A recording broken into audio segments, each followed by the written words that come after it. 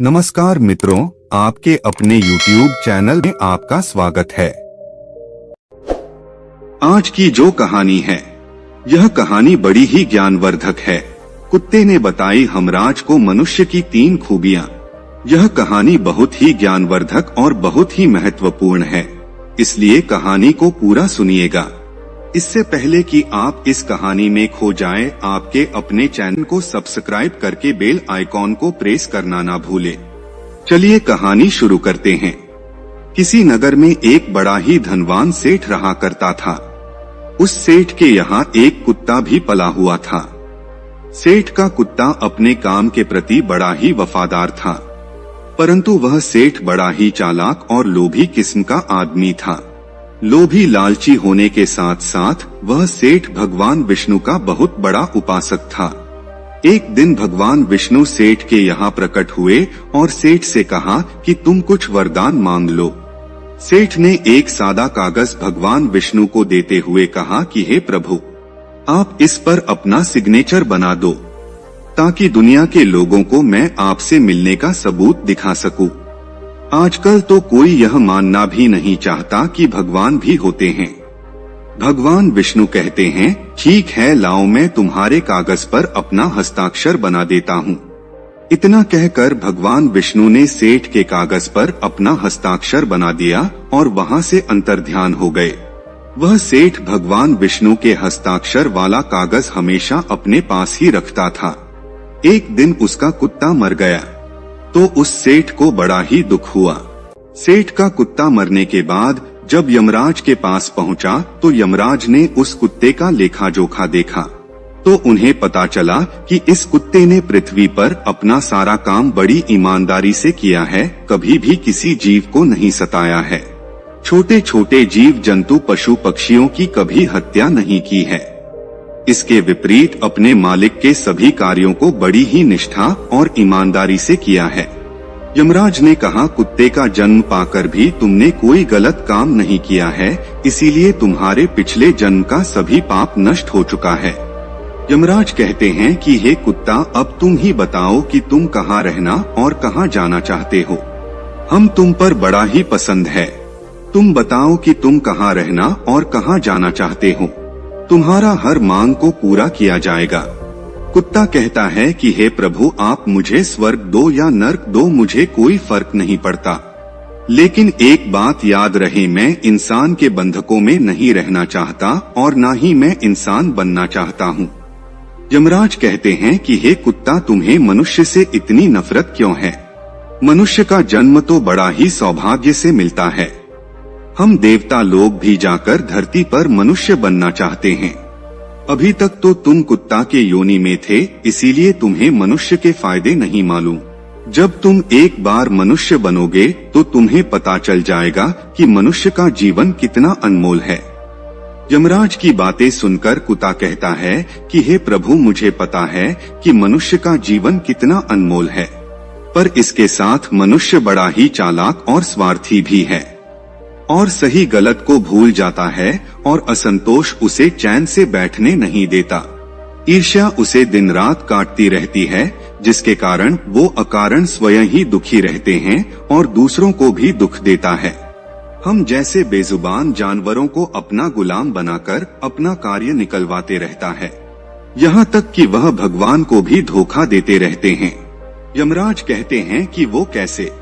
कुत्ते ने कहा कि वो ऐसे धोखा देते हैं, जब भी मनुष्य मंदिर जाते हैं तो वो भगवान से कहते हैं कि हे भगवान, मेरा यह काम बन जाए तो मैं तुम्हारा भंडारा करवाऊंगा, तुम्हारा पूजा पाठ करवाऊंगा, बहुत सारे गरीबों को खाना खिलाऊंगा।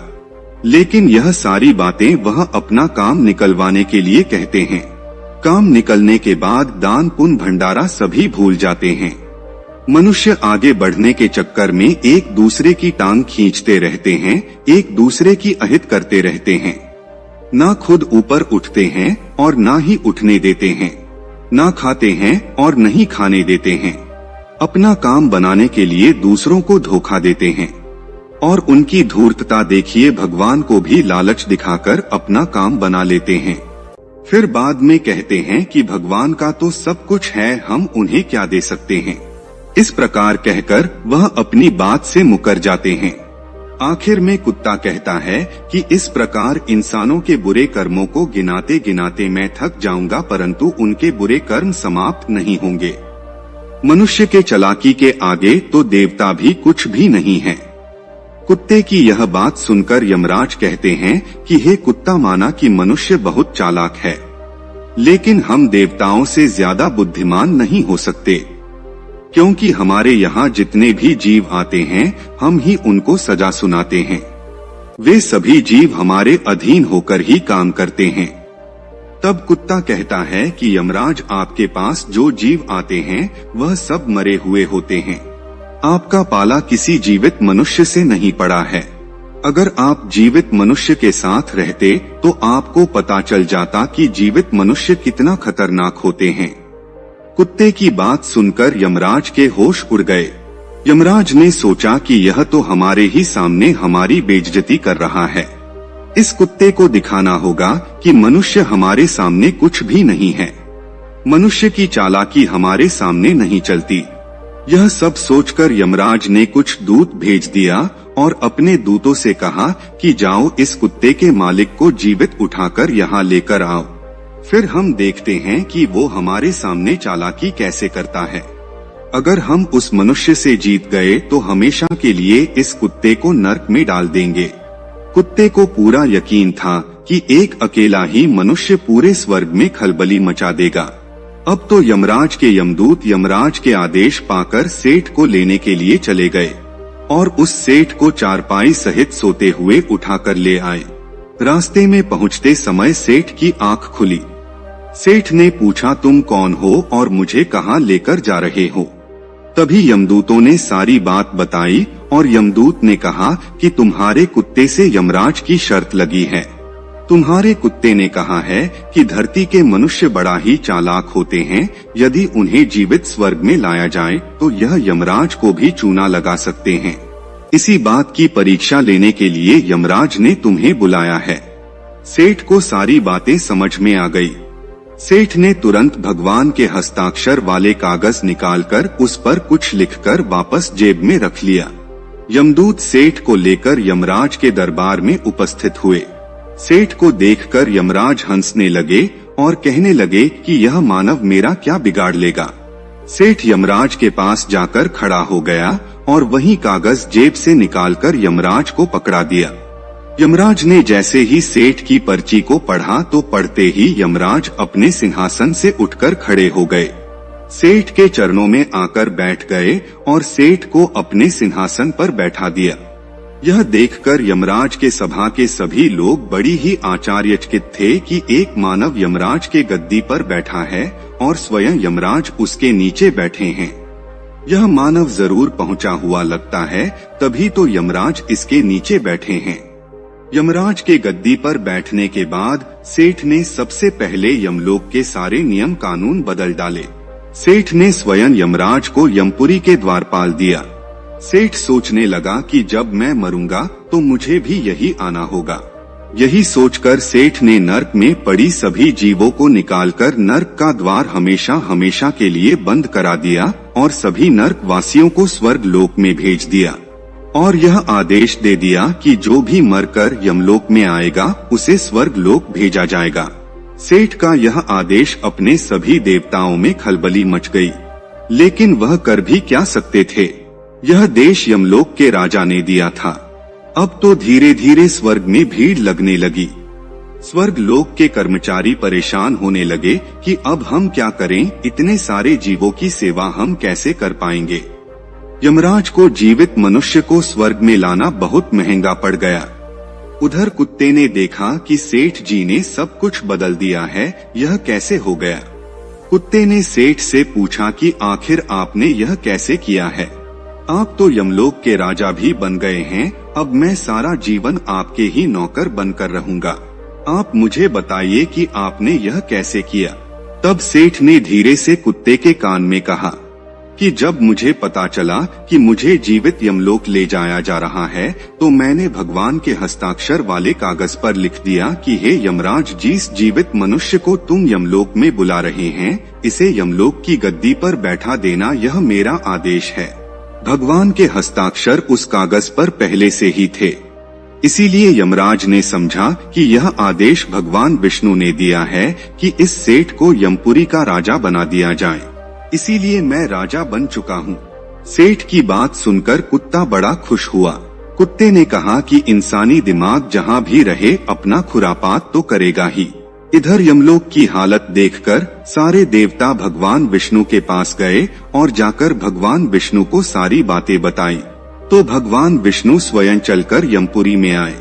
भगवान विष्णु ने देखा कि यमराज तो द्वार पर पहरा दे रहे हैं, तो यमपुरी के सिंहासन पर कौन बैठा है। यमराज भगवान विष्णु से कहते हैं कि हे प्रभु, आपकी लीला भी अपरंपार है। आपने जरा सी ही देर में धरती के एक मनुष्य को यमपुरी का राजा बना दिया और मुझे पहरेदार बना दिया। भगवान विष्णु ने कहा कि मैंने कुछ भी नहीं किया, यह सब तो इंसान के चालाक दिमाग का कमाल है। यदि तुम जीवित मनुष्य को यहाँ लाओगे तो ऐसा ही होगा। मैंने तुम्हें उनकी मृत्यु हो जाने के बाद यहाँ लाने का आदेश दिया है, ताकि उनके सारे दोस्त उनके शरीर के साथ वही रह जाएं। इतना कहकर भगवान विष्णु सेठ के पास पहुँचे।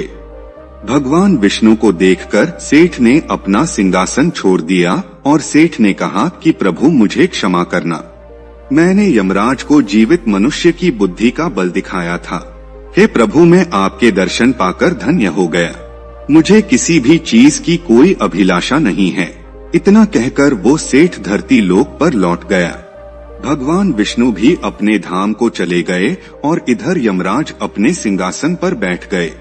कुत्ता यमराज से कहता है कि हे यमराज, देख लिया आपने जीवित मनुष्य की ताकत। जीवित मनुष्य अपने दिमाग से क्या कर सकता है, इसीलिए मैं मनुष्य नहीं बनना चाहता।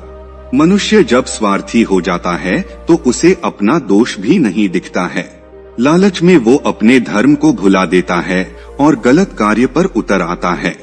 जब तक वह शास्त्र के अनुसार कार्य करता है तब तक वह खुश रहता है। जब वह धर्म के विपरीत कार्य करने लगता है तो उसे रोग बीमारियां पकड़ लेती है और उसका पतन हो जाता है। तो दोस्तों, यह कहानी आपको कैसी लगी हमें कमेंट सेक्शन में जरूर बताना, और अच्छी लगी हो तो इस चैनल को सब्सक्राइब जरूर कर लेना।